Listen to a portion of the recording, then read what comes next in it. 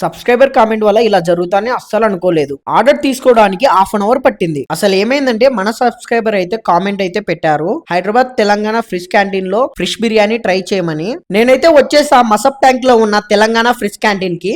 ఇక్కడ live fishes కూడా ఉన్నాయి. మనకు కావాలంటే ఇక్కడ ఫిషెస్ ని తీసుకుని వీళ్ళే కటింగ్ కూడా చేసి ఇస్తారు. ఇక్కడ స్పెషల్ ఏంటంటే ఇక్కడ ఏ ఫిష్ కొన్నా గానీ గవర్నమెంట్ ప్రైస్ కి అయితే ఇస్తారు. అలా లైవ్ ఫిషెస్ అన్ని చూసేసి తర్వాత నేనైతే క్యాంటీన్ లేకైతే వెళ్ళిపోయా.